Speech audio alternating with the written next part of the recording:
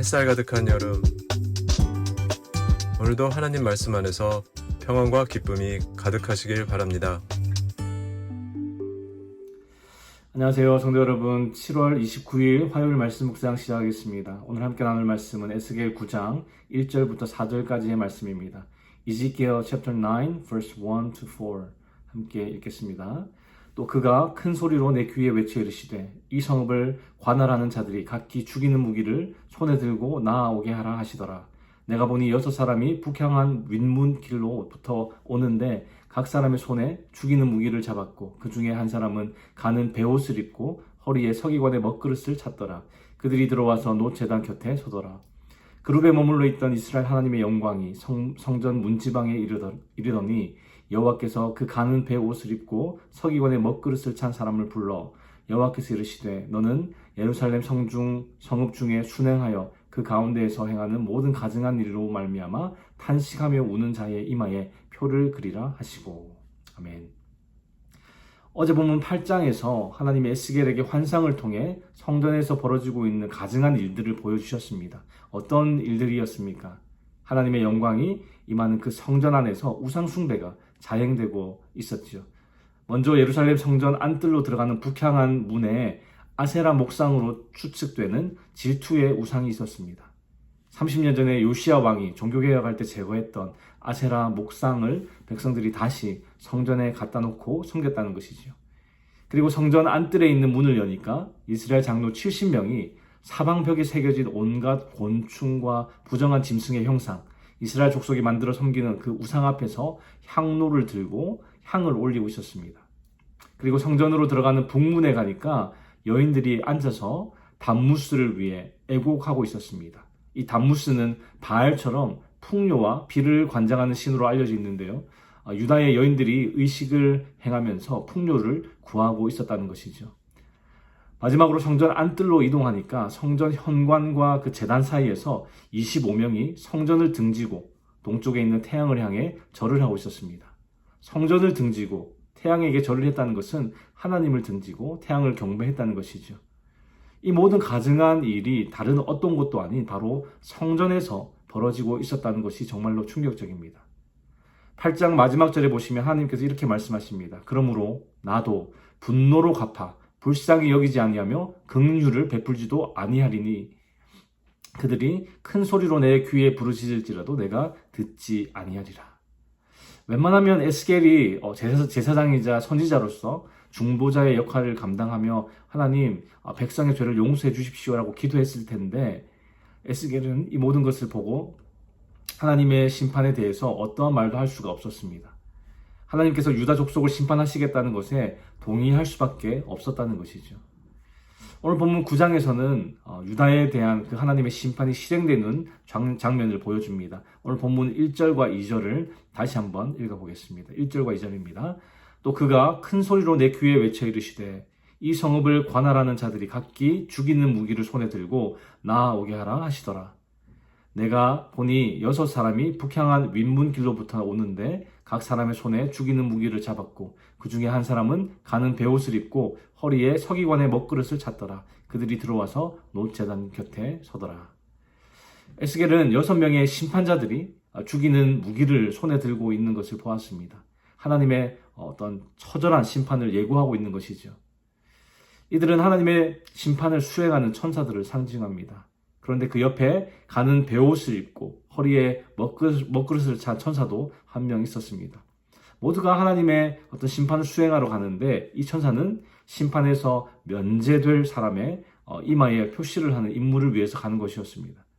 4절에 보니까 하나님께서 그 가는 베옷을 입고 서기관의 먹그릇을 찬 천사를 불러서 너는 예루살렘 성중에 순행하여 그 가운데에서 행하는 모든 가증한 일로 말미암아 탄식하며 우는 자의 이마에 표를 그리라고 지시하셨습니다. 죄악과 그 우상 숭배에 대해서 통탄하며 회개하는 자들의 이마에 표시를 해서 하나님의 심판을 면하게 하신 것입니다. 에스겔은요, 여러분 2차 포로로 바벨론에 잡혀가서 지금 바벨론에서 이 환상을 보고 있습니다.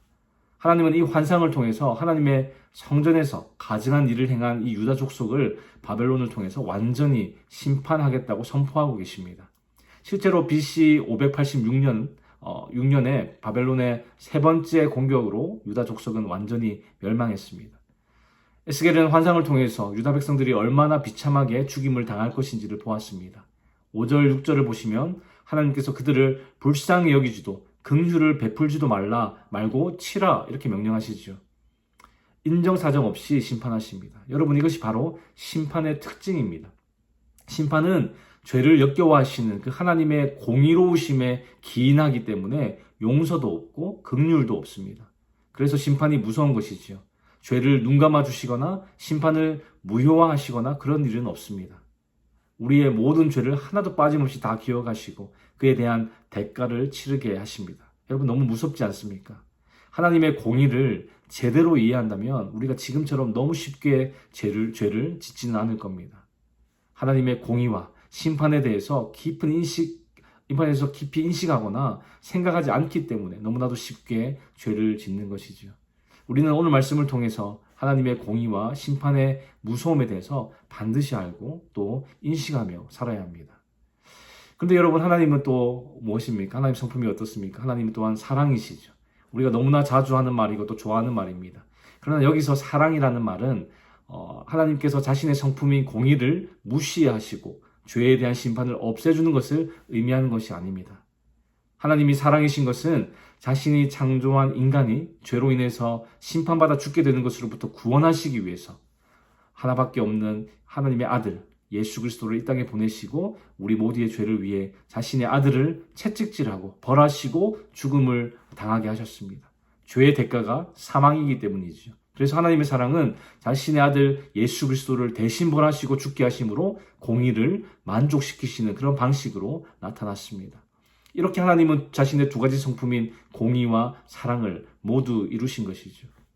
우리가 이것을 이해한다면 죄에 대해서는 경각심을 가져야 하고 또한 하나님의 사랑에 대해서는 감격하고 감사하는 삶을 살아야 하는 것입니다. 하나님의 이 대대적인 심판 앞에서 에스겔은 하나님 앞에 엎드려 간구합니다. 8절에 보니까 아하 주 여호와여 예루살렘을 향하여 분노를 쏟으시오니 이스라엘의 남은 자를 모두 멸하려 하시나이까. 그러나 하나님의 심판을 돌이킬 수는 없었습니다. 에스겔의 부르짖음에도 불구하고 하나님의 심판은 중단되지 않았습니다. 그 이유를 하나님께서 말씀해 주시는데요. 9절과 10절 말씀을 함께 읽어보겠습니다.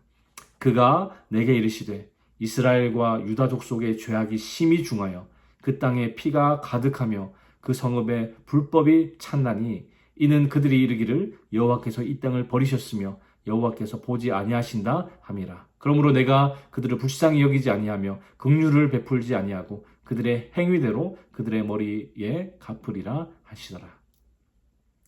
여러분, 하나님은 본질적으로 은혜로우시고 자비로우시고 노하기를 더디하시는 분입니다. 우리가 성경을 통해 너무 잘 알고 있죠. 요나서에 보시면 죄악이 가득했던 니느웨에 하나님의 심판이 이미 확정되어 있었습니다. 그런데 니느웨가 회개하니까 하나님께서 재앙을 거두셨죠. 이건 한 도시에 대한 이야기지만 한 개인이 하나님 앞에 죄를 회개하고 돌이켰을 때 죄 용서를 받는 경우도 구약 성경에 굉장히 많이 나옵니다. 예를 들어 다윗도 간음과 살인죄를 범했지만 그가 회개했을 때 하나님께서 용서해 주셨습니다. 물론 다윗과 바세바 사이에서 태어난 아들이 죽는 그런 징계를 받긴 했지만 다윗이 그의 죄에 대해서 하나님의 심판을 받아 죽지는 않았습니다. 그리고 오늘 본문에서도 하나님께서 성전 안에서부터 백성들을 심판하시는데 그 가운데 죄악과 우상 숭배에 대해서 통탄하며 회개하는 자들의 이마에 표를 하시고 그들을 살려두십니다. 반면에 가증한 죄악을 회개하지 않은 자들에게는 그 행위대로 갚으셨습니다. 그런데 여러분, 아까 하나님의 공의와 하나님의 사랑에 대해서 이야기할 때 하나님의 공의는 모든 죄에 대해서 반드시 심판한다고 했습니다. 그렇다면 니느웨도 그렇고 다윗도 그렇고 죄를 회개하고 돌이켰다 할지라도 이미 진 그 죄에 대한 하나님의 공의, 즉 심판이 있어야 하는 것 아닙니까?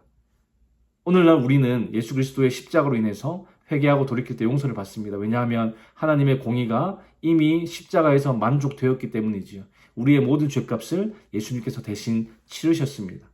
그런데 예수님이 이 땅에 오시기 이전의 사람들, 즉 구약시대의 니느웨나 다윗은 어떻게 용서를 받았을까요? 그들은 아직 십자가를 보지도 못했는데 그들의 죄에 대한 하나님의 공의는 어떻게 만족되고 해결된 것일까요? 로마서 3장 25절에서 26절에 보시면 하나님께서 길이 참으시는 중에 전에 지은 죄를 간과하셨다라는 말이 나옵니다. 하나님께서 장차 오실 예수 그리스도의 대속 사역을 미리 바라보시면서 구약 시대에 회개하는 자들에게 자비를 베푸신 것입니다. 미래의 그리스도께서 십자가에서 죄의 대가를 지불하실 것을 아셨고 그 은혜를 미리 적용하신 것이지요. 조금 어려운 말로 하면 그리스도의 속죄를 전제로 한 선취적인 자비였습니다. 결국 과거나 현재나 예수님이 오시기 전이나 오신 이후에나 하나님의 공의는 결코 무시되지 않았습니다. 성도 여러분, 에스겔 9장에 나타난 하나님의 심판은 정말 무서운 방식으로 임했습니다. 긍휼도 없이, 불쌍히 여김도 없이 죄에 따라 그대로 갚아지는 심판이었습니다. 그러나 그 가운데, 그 심판 가운데서도 단 한 부류의 사람들은 살아남았습니다. 누구입니까? 그 땅에서 벌어지는 죄악을 보며 통탄하고 회개했던 자들, 하나님의 마음을 품고 세상의 그 악을 애통해하던 자들이었습니다. 그들은 이마에 표를 받았고 그 표는 심판의 칼이 그들을 넘어가게 하는 은혜의 증표가 되었습니다. 마치 문설주에 어린 양의 피가 발려진 그 집을 죽음의 천사가 넘어갔던 그 유월절처럼 말이죠. 사랑하는 성도 여러분, 오늘을 살아가는 우리는 어떻습니까? 우리에게는 이마의 표도 문설주에 발린 어린 양의 피도 없습니다. 그러나 우리에게는 십자가에 설리신 예수 그리스도의 보혈이 있습니다. 그 보혈이 우리의 이마에, 우리의 심령에, 우리의 인생에 새겨질 때 우리는 영원한 심판에서 건짐을 받습니다. 왜냐하면 하나님의 공의가 예수님의 십자가에서 완전히 이루어졌기 때문입니다. 그렇기 때문에 우리는 더 이상 죄를 가볍게 여겨서는 안 됩니다. 내 죄를 보면서 단식하고 또 눈물 흘리며 회개함으로 그리스도의 피를 의지하는 삶, 그것이 오늘 우리가 추구해야 하는 삶인 줄 믿습니다. 오늘 하루도 하나님의 공의를 인정하고 예수 그리스도의 사랑에 감격하며 죄를 멀리하고 회개하는 삶을 살게노라 다짐하는 저와 여러분들의 삶이 되기를 주님의 이름으로 축원합니다. 기도하겠습니다. 하나님 아버지, 오늘 에스겔 9장 말씀을 통해 주님의 공의와 심판의 엄중함을 깨닫게 하시니 감사합니다. 주님, 우리를 대신해 십자가에서 하나님의 공의를 이루신 예수님을 날마다 기억하게 하시고 그 은혜에 합당한 삶을 살 수 있도록 인도하여 주시옵소서. 죄를 가볍게 여기지 않게 하시고 세상의 죄를 향해 무감각하지 않게 하시며 하나님의 마음으로 애통하고 회개하며 살아가는 저희 모두 되게 하여 주시옵소서. 주님, 오늘도 주께서 주시는 힘과 은혜로 살아가기 원합니다. 주의 도우심으로 승리하는 오늘 하루 되게 하여 주시옵소서. 감사를 드리며 예수 그리스도의 이름으로 기도합니다. 아멘.